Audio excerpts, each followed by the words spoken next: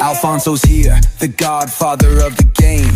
Many years of wisdom, remember his name. Speakers on stage, they'll drop the keys. Unlock your power and seize the breeze. How many people here are interested in maybe mastering the universe? Raise your hand if you want to master the universe. Okay. So what does that mean? It means that, look, there's a certain sequence that needs to happen in order for a transaction to take place. And it could be, a transaction could be, hey, you're telling your parents to let you stay a little bit further than later than your original bedtime. How many people have had a bedtime before?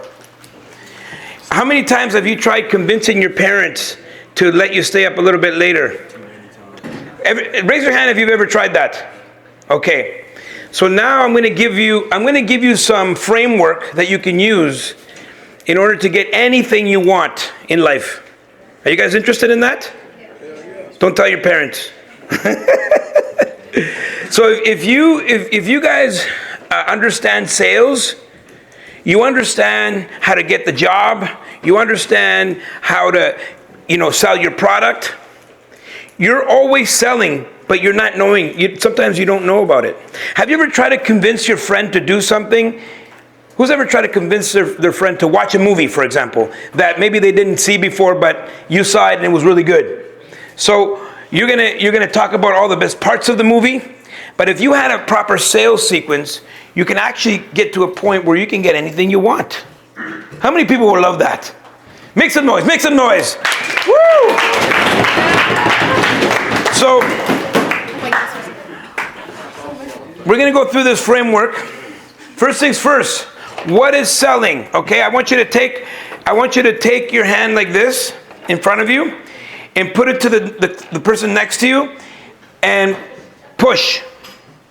Push. Not too hard, not too hard. Push, push, push, push, push, push, push. Okay, stop, stop, stop. Okay, what did you feel? What did you feel? Pressure. Did everybody feel pressure? Yeah. Okay, so that is not selling, okay? Guys, okay, stop. So that is not selling. Whenever you've gone somewhere and someone has tried to pressure you into doing something, is because they lack the sales skills and the framework to be able to sell something to you where you are now wanting to buy it and you don't feel pressure. If someone pressures you, this is not sales. This is called convincing. I want you to write this down. There's a big difference between a professional salesperson and a convincer. I only wish that someone would have taught me this when I was 12, 13, 14, 15 years old. It would have changed everything in my life. And so, before we get to the sales, let's talk about the business cycle. The business cycle is senior to the sales cycle. So there's a cycle of how your business operates, starting from marketing, creating a lead or a prospect, bringing that prospect through the sales cycle, evaluating those targets, and then repeating the process. This is a business cycle. So the business cycle is senior to the sales cycle. You need to have a business cycle first, then you have a sales cycle. The number of leads, so the leads are produced by the marketing. The number of leads that end up in your sales cycle will determine the number of sales that you have. You have to commit to the top of the funnel, which is the marketing, okay? Money follows attention. Money follows attention. That's how it works. And so here's your sales cycle. So once you understand your business cycle, we now enter the sales cycle.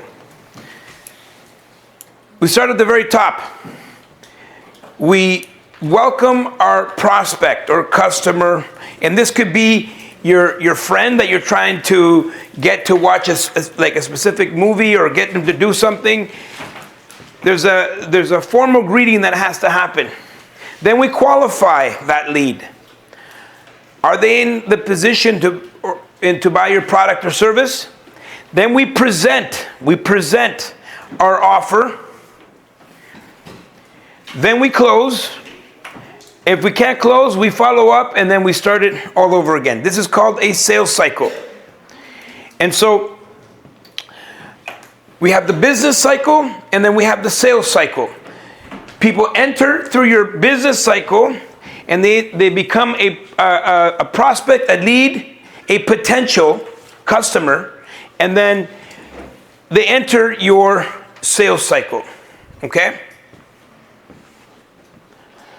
The first thing you want to do is you want to qualify your lead, that prospect. Where's my marker? Oh.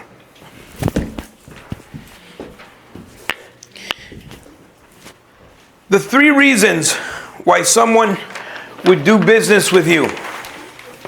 Okay, 3 reasons why someone would do business with you, transact, and I think that it's on the top of your page, right? So we're going to follow along. Reason number 1, likability. Likability. People do business with people they like, know, and trust. So you got to be a likable person. How do you become a likable person? You have to ask questions, okay? You have to ask lots and lots of questions. What do people love to do? Talk about themselves. People love to talk about themselves. So ask questions that get people to open up. You're building rapport through this. You're building trust. So ask lots of questions and then listen. I want you to think about active listening. People don't do enough active listening. They listen to respond. So they ask a question, but then they're thinking about the next question or what they're gonna respond. I want you to listen to understand. The more you understand your customer, the easier it becomes to build rapport. So active listening would be something like, do you mean such and such? So now you're verifying what they're saying. So question, listening, you're going to build trust. And people do business with people they know, like, and trust. People do business with people they know, like, and trust. Number 2 is respect. Now, how do you earn respect? Well, respect is earned by understanding your product. So whatever the business is, you have to do a deep dive, and you have to understand this business inside and out. The more that you understand your business, the more people will respect you as a professional in your field. And so we had, I think someone was mowing lawns. That was one of the businesses. Okay, so you gotta establish respect with your customers. Maybe testimonials from other customers that say, hey, these guys have done an incredible job. Maybe you've done this for the summer, so longevity and the experience that you have. You have to be in a position where you can establish experience, knowledge in the industry, know-how, past customers that have used your product. That's how you earn the respect.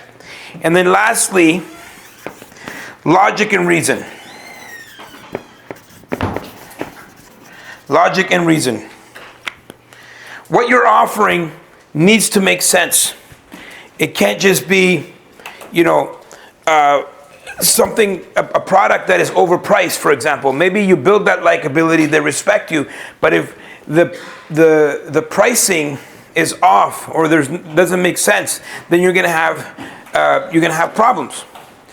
And so once you qualify those leads, they enter your sales cycle, okay? And so once they enter that sales cycle, we can go through the 3-step process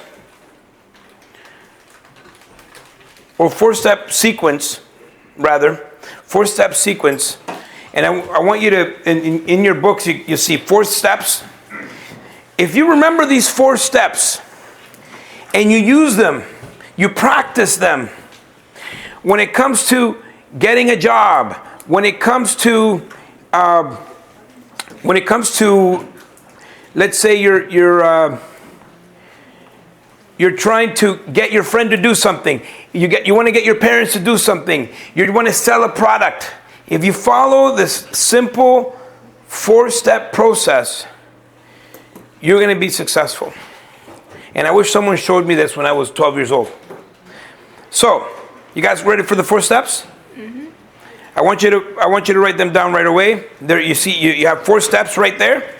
Let's go through this. Number 1 is ID period. We're going to go through these, each and every one of them, in sections, but I want you to write them down right now. So you have ID period, you have presentation, you have trial close and close. Now, when we're done this, everyone here is going to be using these 4-step sequence, this framework, and you're going to be selling something to one another. So you should start thinking about what is it that you're going to sell? Because we're going to role play here. Okay? Everybody. Okay? So, we want to start with the ID period. Okay? So, even though this is a 4-step sequence, if someone is ready to buy, they're ready to buy. Right? We're not going to wait for the 4 steps. If someone is really willing to give you money, you're not going to say, wait, hold on a second, I have to go through 4 steps. No, we're just going to, someone's really ready to buy, we're going to buy. We're going to sell it to them. Okay, so step number 1 is ID, the identification period. So the ID period is all about asking questions, discovering your prospect, understanding your prospect, asking really good questions where you're trying to determine what are the problems of your prospect. What is the problem of your customer that you can solve? Huh? Whoop. Okay. So the identification period is really about identifying with your prospect, connecting with your prospect. Where are you from? What do you do? What do you like to do? Where do you like to travel to? When you find something that you resonate with your prospect, you make that connection. People do business with people they like. Build a connection. Keep it natural and truthful. This could be this applies to everything in life. If you understand this framework, you understand that before you sell anything, before you try to get people on board for anything, you have to build rapport. You have to build trust for yourself, whatever the idea you're trying to sell, the product, the company. People do business with people they trust. So you need to establish that trust. That's the first part. We're not going to move to sales unless we've established trust. What are their needs? What is your prospect needs? So in just a moment, we're going to be doing role playing. And so I want you to start with the ID period, asking questions and trying to figure out what are the needs of your customer. The person that is there, what do they need? Listen more than you speak. So you want to ask questions and you want to follow it up with more questions. And then be truly interested in what they're trying to say. If it's fake, it's going to feel off, and very similar to the last time you were trying to buy something you felt uncomfortable. It's because that person didn't have proper selling skills. And true sales professionals are some of the top earners in our life, but they have to sell like professionals. Ask ask yourself, how can I help solve those issues? So if you become a professional problem solver, if you're in a position where you can solve people's problems, yours will be automatic. And then anchor value in a conversation. So when we're doing role playing here, and you're trying to sell a product, I want you to anchor them at a more expensive value. So when you present your value, it's not going to feel as expensive. Here's some questions. And what you want is open-ended questions. Because what do people love to do? Talk about themselves, right? So tell me more about how you ended up in Halifax. And then what happens is people will start opening up to you. And this is what you want. You want people to open up. So that ID period is that identification period where people are opening up. You're going to find what connects you to that person. And so in just a moment, we're going to be going through role playing here. And I want you to start by the ID period, and I want you to start by seeing what connects you to that other person. How many people utilize this particular product in your business? Help me understand how you guys have mowed your lawn before. Get the person to start talking. Now, number 2 is, what's step number 2? Presentation.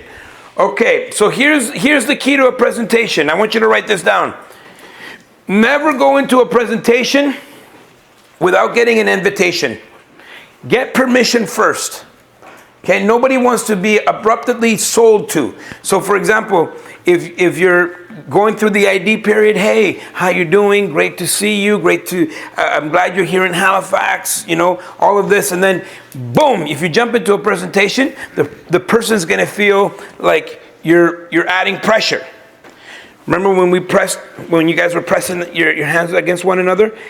You felt pressure. You don't want to feel pressure in a sales process. What you want is things to be inviting. You want people to be open to your idea.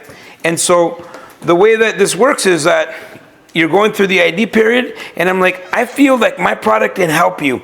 Do you mind if I share this with you? I want you guys to say that. Do you mind if I share this with you? Look at the person next to you. Tell them, do you mind if I share this with you?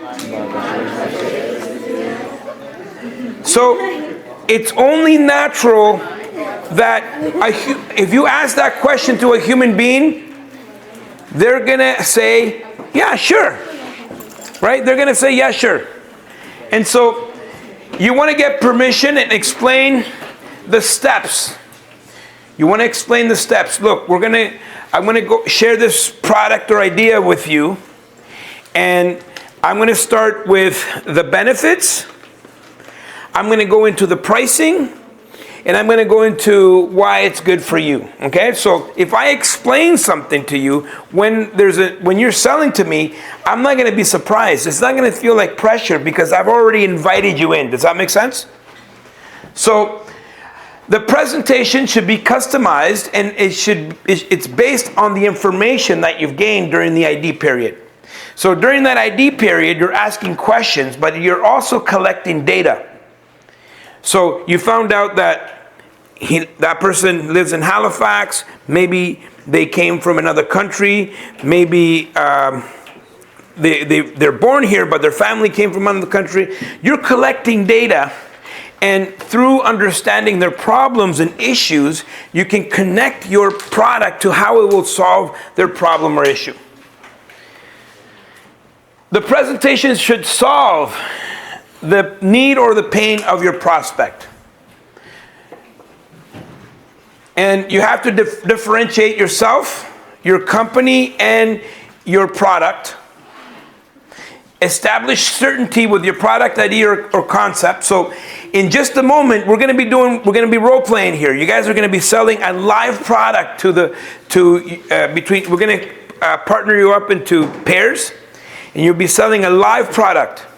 So I want you to go through a proper sales sequence with identification and a presentation. So you're going to connect with your prospect, you're going to qualify them, you're going to build rapport and trust, and then we're going to ease into a presentation. That presentation is going to include price, it's going to include the benefits, and how that, your product, whatever it is, you get to choose the product, how it solves their problems, and how you're going to find out some of their pains. You're going to ask them during the ID period. That's how it works. So, establish certainty and ask questions. Continue to ask questions through the process. Now we move into the trial close. The trial close is a process of asking questions to determine on whether your prospect is ready to close. When we mean close, we mean transact. We mean an actual exchange of money and service, right? So when the person says, yes, I'm giving you my money, you're providing me that product or service. So trial close is like testing the waters. We want to test the waters to see if there's even going to be a potential of business in the future. And so the only way to do this is by asking proper trial closing questions. So if you notice, everything is about asking questions, because the idea of sales is guiding someone through a process so they can buy your product or service or adopt your idea. Be prepared to go back to ID period. Be prepared to go back to the ID period. That means that if you feel that there's too much resistance, there's too many objections. And what's an objection? An objection is a reason that your customer comes up with on why they will not buy that product from you right now.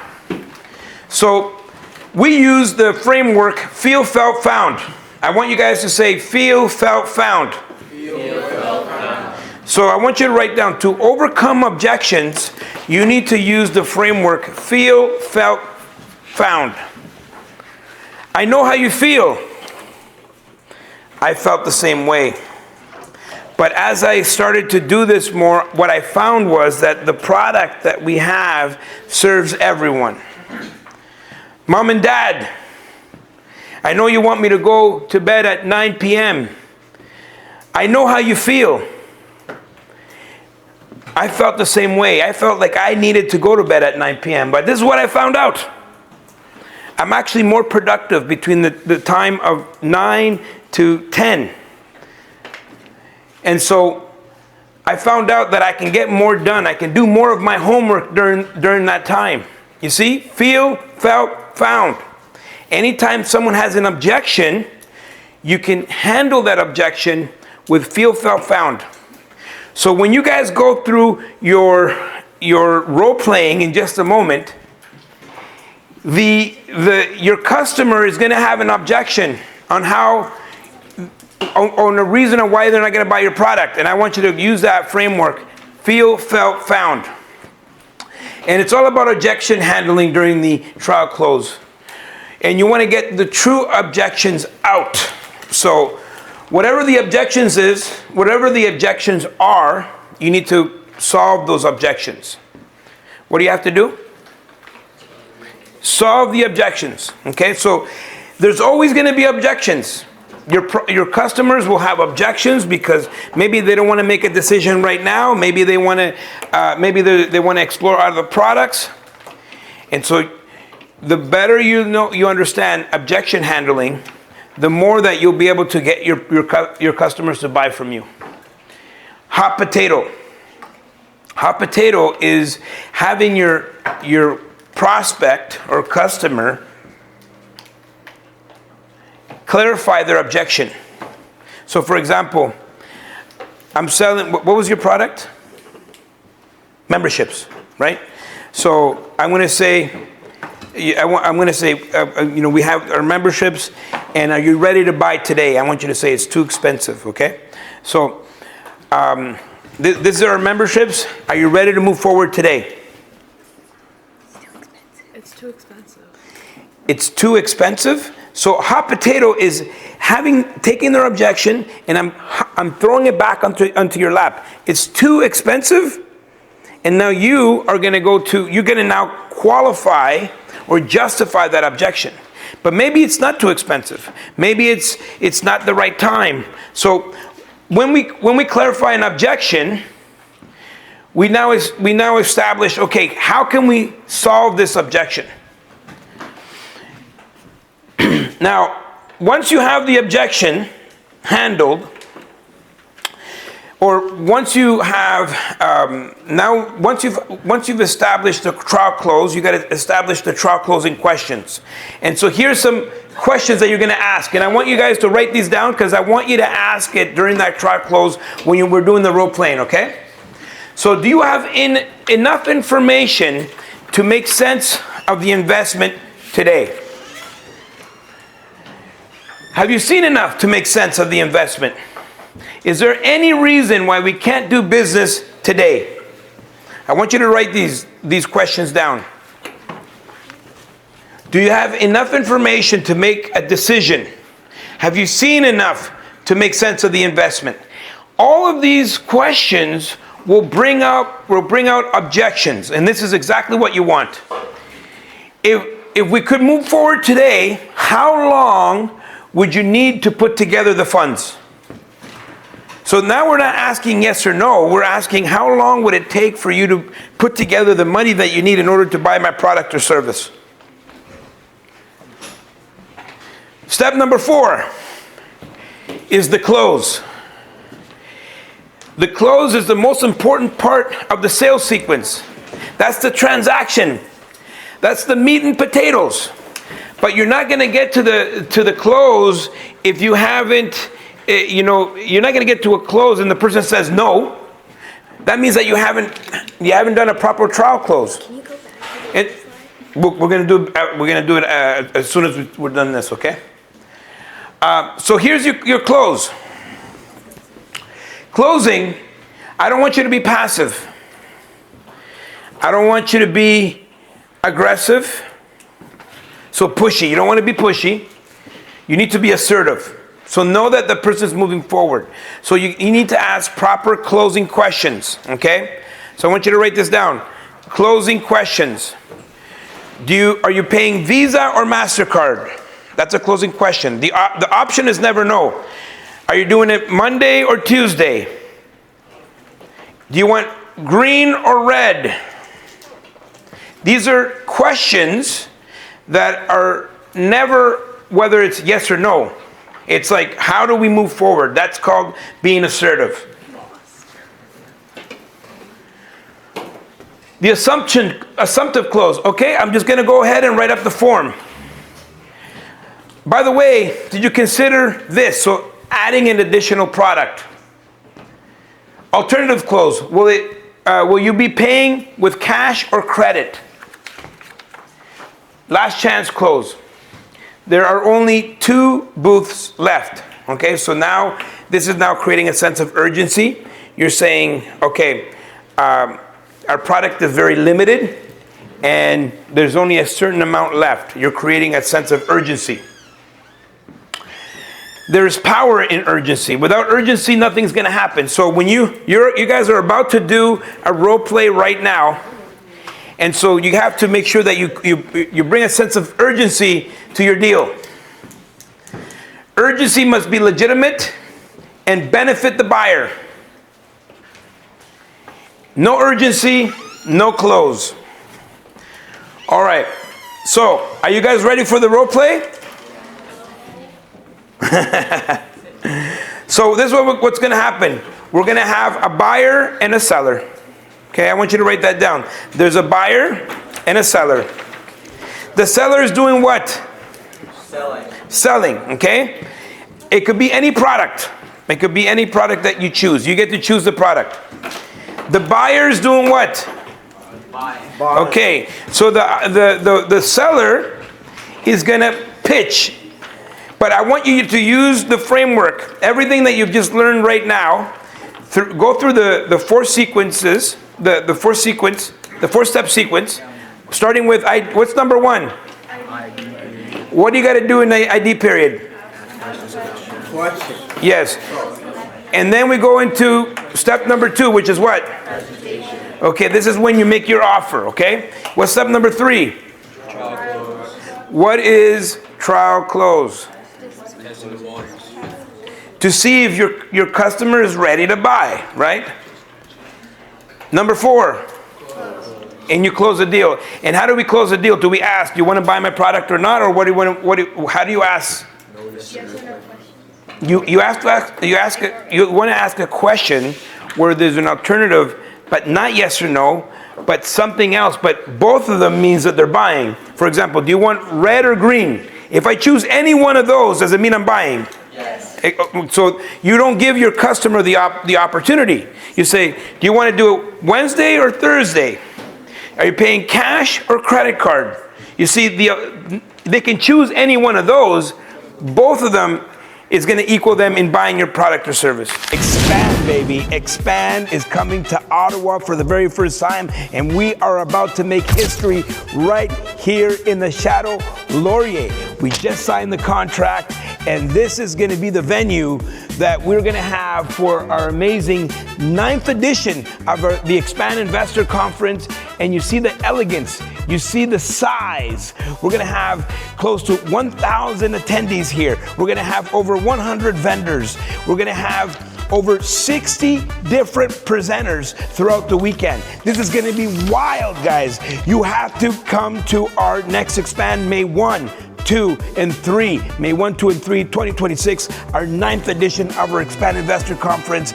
And there's no better time in history to get involved with real estate and to optimize and maximize all the opportunities that are happening right now. But you got to come to this conference to figure it out. With 60 plus presenters, we're going to talk about U.S. investing, raising capital. We're going to talk about multifamily. We got this massive stage coming here. We're making plans. We took on the entire venue. If you're coming in from out of town, you can stay in this beautiful, beautiful heritage building that's been here for 114 years.